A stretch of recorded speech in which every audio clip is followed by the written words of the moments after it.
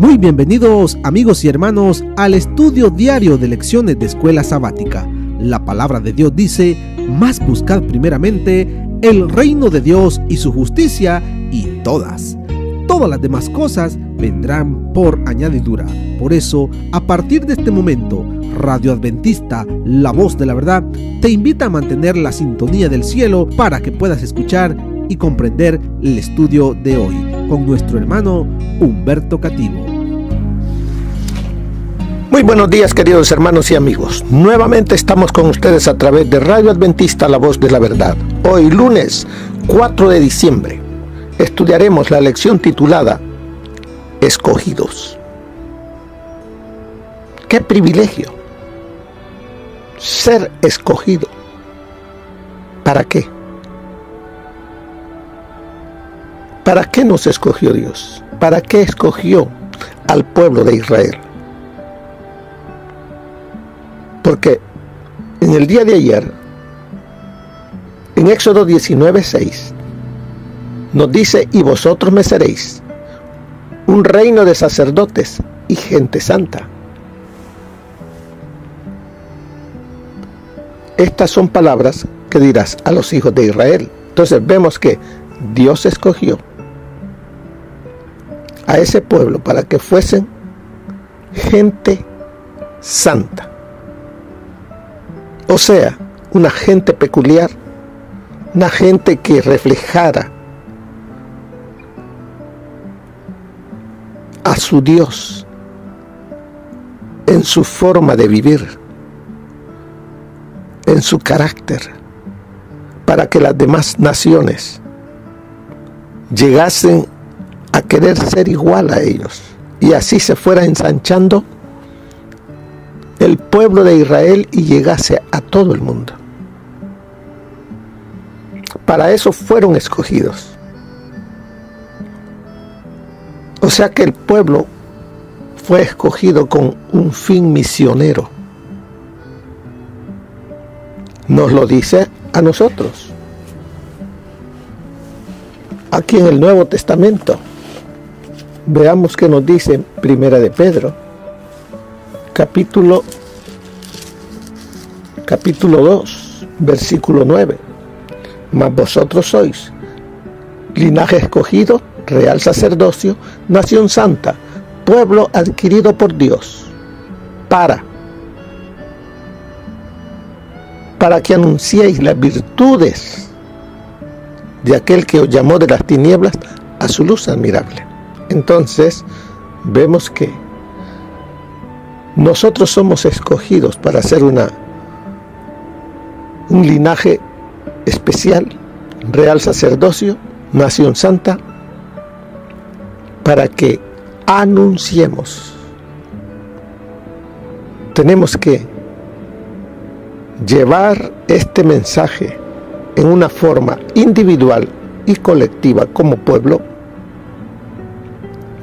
a través de nuestra manera de vivir, a través de nuestras palabras, para que conozcan al verdadero Dios. ¿Qué Dios ven a través de mí? ¿Un Dios egoísta? ¿Un Dios enojón? ¿Un Dios indiferente? ¿Qué clase de Dios ven a través de mí? Pregúntense. Pues bien, vamos entonces a entrar en lo que dice Romanos capítulo 9, versículo 12 y 13. Y dice: se le dijo, el mayor servirá al menor. Como está escrito, a Jacob amé, mas a Esaú aborrecí. Si las miramos las palabras así, pareciera que Dios tiene sus privilegiados antes de que nazcan. Como se ha dicho, dice aquí en la lección, como se ha dicho en la instrucción de esta semana, es imposible entender correctamente Romanos 9 hasta que reconozcamos que Pablo no habla de la salvación individual.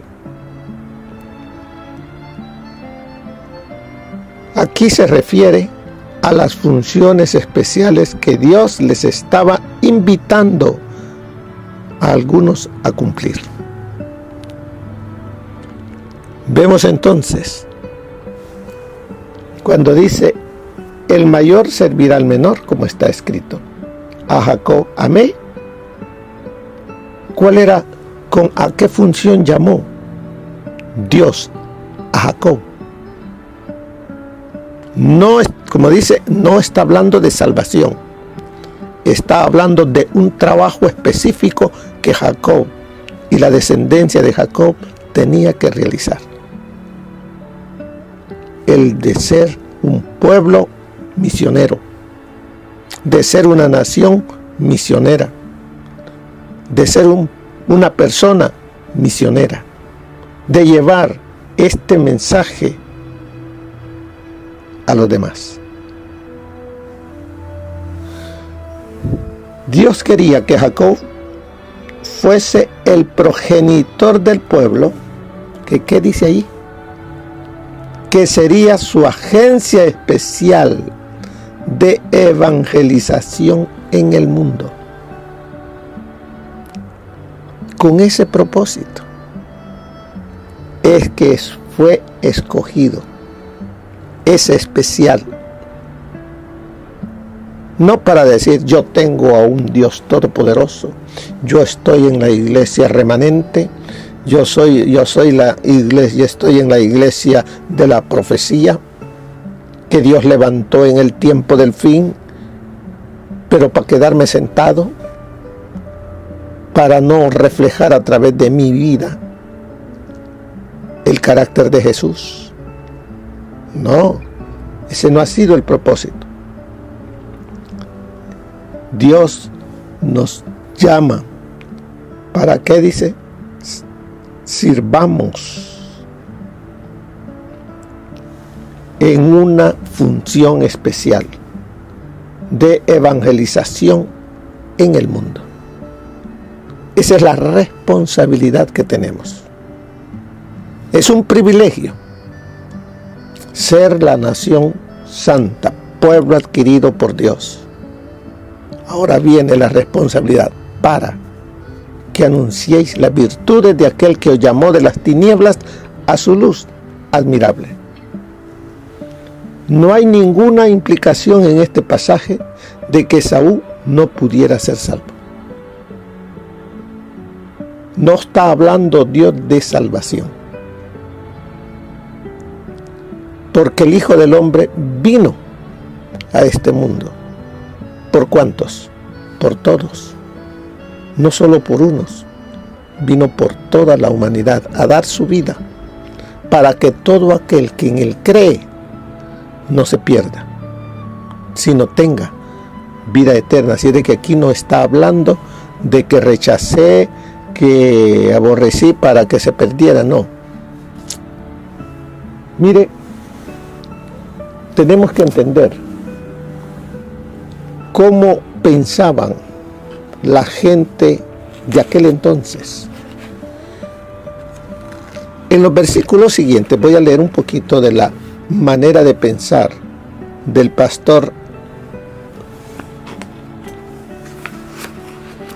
Atilio René Dupertuis concerniente a esto.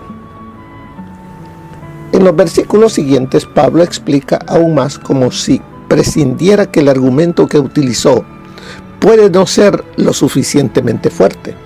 Al fin de cuentas, al comparar Ismael con Isaac, había cierta diferencia. Ismael era hijo de Agar, la sirvienta de Sara. Pablo va a reforzar su argumento haciendo referencia a los dos hijos de Rebeca, Jacob y Esaú. Ellos no solamente tenían el mismo padre y la misma madre, sino que eran mellizos, habían sido concebidos al mismo tiempo. Aún antes de que hubieran nacido, Rebeca fue informada que el mayor serviría al menor. En su soberanía, Dios había indicado cómo se desarrollarían las cosas. En este caso, ni herencia nacional ni mérito personal afectaría la manera en que Dios establece las prioridades. Para probar su argumento, Pablo cita palabras de Malaquías capítulo 1, versículo 2 y 3. Palabras que no son fáciles de entender. A Jacob amé, mas a Esaú aborrecí. Dos observaciones básicas se hacen necesarias en cuanto a estas palabras. En primer lugar, no debe entenderse que Dios en realidad aborreció a Esaú. En la manera semita de decir las cosas, se enfatiza con frecuencia el contraste, presentándolo en términos absolutos. Jesús mismo usó esta manera de decir las cosas cuando dijo: si alguno viene a mí y no aborrece a su padre y madre, y mujer e hijos y hermanos y hermanas, y aún también su propia vida, no puede ser mi discípulo. Nadie entendería literalmente las palabras de Jesús, que en realidad es necesario odiar a toda la familia para poder ser su discípulo. Aquí odiar equivale a amar menos. Es la manera en ese idioma de expresar los contrastes. En el caso de Jacob y Esaú, Jacob fue el elegido en la providencia de Dios y no Esaú. La elección del uno y el pasar por alto al otro es expresado con los verbos amar y odiar, que establecen el contraste. Aquí amar y odiar expresan elección y rechazo nada más. En segundo lugar, no es posible deducir por estas palabras, como algunos han hecho, que así es la manera como Dios elige y rechaza a los individuos que antes de nacer, como Jacob y Esaú, ya todo ser humano está predestinado, unos para salvación y otros para perdición. Pablo no está diciendo que la salvación se obtiene sin el consentimiento y la aceptación por parte del individuo, que hay una doble predestinación. En el ejemplo de Jacob y Esaú, la Biblia habla de elección nacional, no individual. El Señor le había dicho a Rebeca: 2 naciones hay en tu seno, y 2 pueblos serán divididos desde tus entrañas. Un pueblo será más fuerte que el otro pueblo, y el mayor servirá al menor. Esto está en Génesis 25:23. En su providencia, Dios está anunciando anticipadamente lo que sucedería con los 2 descendientes de los hijos de Rebeca. Cuando se trata de salvación individual, la Biblia es absolutamente clara al respecto. La salvación es para todo aquel que cree. Juan 3:16. Es por fe en Jesucristo, nunca por un decreto arbitrario de Dios. Claro, ¿verdad? Así es de que vemos que aquí está hablando de que a Jacob amé, o sea que a él escogió para esa misión y no a Esaú. Ahora leamos Romanos capítulo 9, versículo 14 y 15. ¿Qué pues diremos? ¿Que hay injusticia en Dios? En ninguna manera. Pues a Moisés dice: tendré misericordia del que yo tenga misericordia, y me compadeceré del que yo me compadezca. Una vez más, Pablo no está hablando de la salvación individual, porque en ese ámbito Dios les extiende su misericordia a todos, porque quiere que todos los hombres sean salvos. La gracia de Dios se ha manifestado para salvación a todos los hombres. Está en Tito 2:11.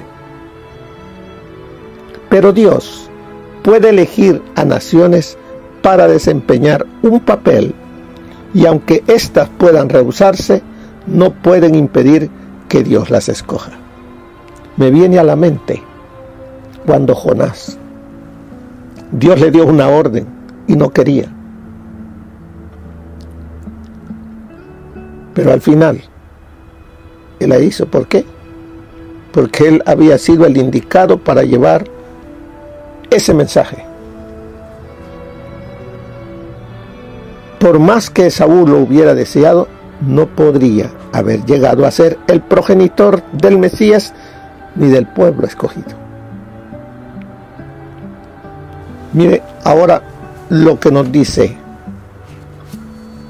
el pastor George Knight con respecto a estos versículos.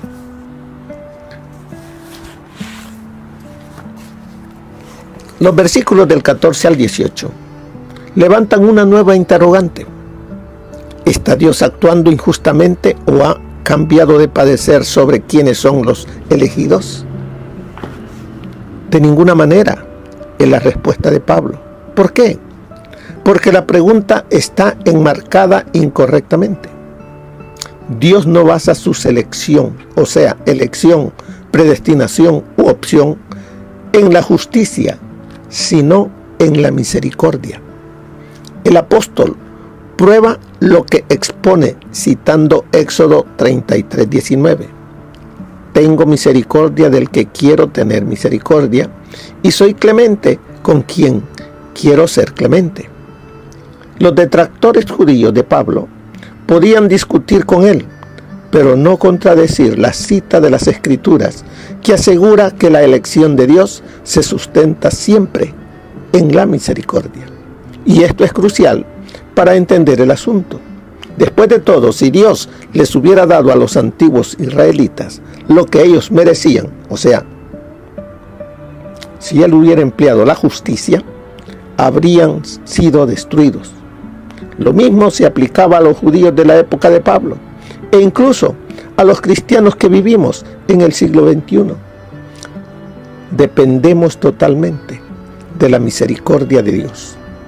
Algunos se habían preguntado si la misericordia se aplicaba a Faraón, ya que la Biblia dice que Dios endureció su corazón. Pero Pablo les recuerda en Romanos 9, del 17 al 18, que el mismo Faraón endureció su corazón ante el intento de Dios de hacerlo recapacitar a través de las plagas. El hecho es que Dios no rescató al Faraón de los resultados de sus decisiones, a pesar de que pudo haberlo hecho. Es decir, hasta cierto punto, Dios comparte la responsabilidad por el endurecimiento de su corazón. ¿Por qué? Porque Dios respeta el libre albedrío de cada persona.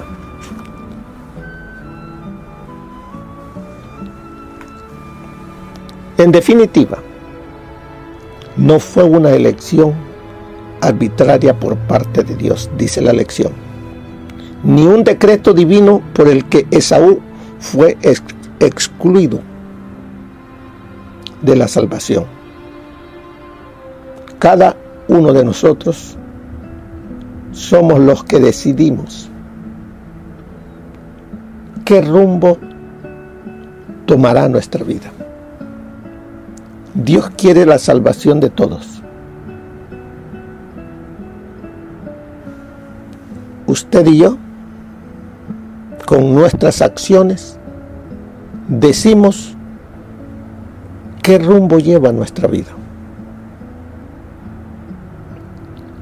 Los dones de su gracia, a través de Cristo, son gratuitos. ¿Para cuántos dice ahí? Para todos.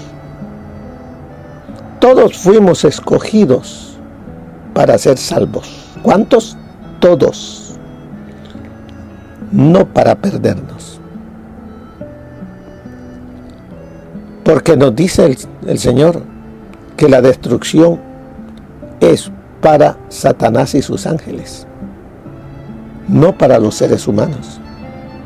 Pero desgraciadamente, aquel que no haya entregado su vida a Cristo y y se haya arrepentido, también va a cargar con lo mismo que va a cargar el enemigo. Pero Dios quiere la salvación de todos nosotros. Son, dice, nuestras propias decisiones, no las de Dios, las que nos alejan de la promesa de vida eterna en Cristo. ¿Entendió? Son nuestras propias decisiones. No me salva el estar en una iglesia y ser solamente un oidor. El Señor me dice, tienes que ser un hacedor, poner en práctica lo que vas aprendiendo. No me salva el estar escrito en los libros de la iglesia. Tengo que estar escrito en el libro de la vida y permanecer allí, en el libro de la vida. Y eso es a través de mi forma de vivir.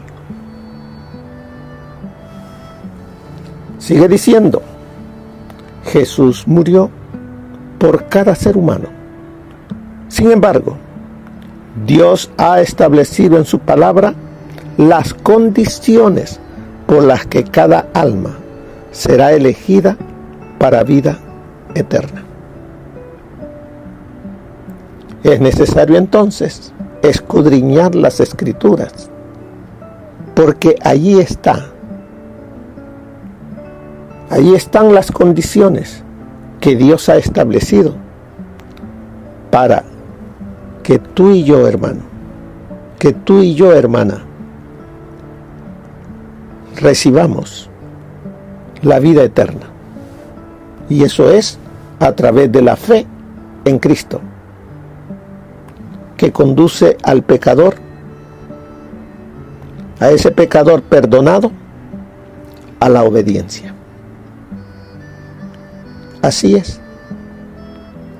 Mire lo que nos dice el consejo del Espíritu de profecía con respecto al día de hoy.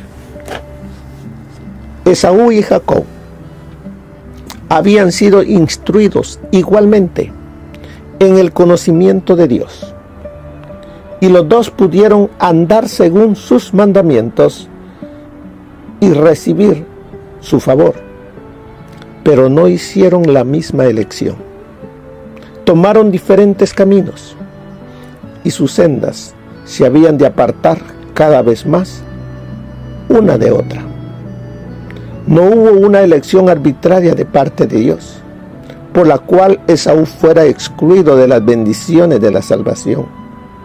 Los dones de su gracia mediante Cristo son gratuitos para todos. No hay elección excepto la propia, por la cual alguien haya de perecer. Dios ha expuesto en su palabra las condiciones de acuerdo con las cuales se elegirá a cada alma para la vida eterna. La obediencia a sus mandamientos mediante la fe en Cristo. Dios ha elegido un carácter que está en armonía con su ley, y todo el que alcance la norma requerida entrará en el reino de la gloria. Cristo mismo dijo: el que cree en el Hijo tiene vida eterna, mas el que es incrédulo al Hijo no verá la vida. Patriarcas y Profetas, página 207. A los que habían razonado: yo soy rico y me he enriquecido, y de ninguna cosa tengo necesidad, Jesús presentó la copa de bendiciones. Mas rehusaron con desprecio el don que se les ofrecía tan generosamente. El que se cree sano, el que se considera razonablemente bueno y está satisfecho de su condición, no procura participar de la gracia y justicia de Cristo. El orgullo no siente necesidad y cierra la puerta del corazón para no recibir a Cristo ni las bendiciones infinitas que Él vino a dar. Jesús no encuentra albergue en el corazón de tal persona. Los que en su propia opinión son ricos y honrados, no piden con fe la bendición de Dios ni la reciben. Se creen saciados y por eso se retiran vacíos. Los que comprenden bien que les es imposible salvarse y que por sí mismos no pueden hacer ningún acto justo, son los que aprecian la ayuda que les ofrece Cristo. Esto está en el discurso maestro de Jesucristo, página 12. ¿Cómo se convierten las almas en ovejas de Cristo? Eligiendo recibirle. Pero Cristo las ha elegido antes. Conocía a cada una que respondería a su invitación y conocía a cada una que se inclinaría a recibirlo. Pero que, debido a la oposición de las influencias populares, se apartaría de él. Los que oyeron la voz y contemplaron a Jesús como el Cordero de Dios, creyeron en él y llegaron a ser su propiedad por su propia elección. Pero su elección de Jesús fue en respuesta a la invitación de él. El amor de Jesús nos fue expresado antes de que lo amáramos. ¿A cuántos ha amado el Señor Jesús? ¿A cuántos nos ha dado su amor? A todos. Pero aquel que acepta el amor de Dios, lo hace suyo. Él llega a ser oveja de Jesús.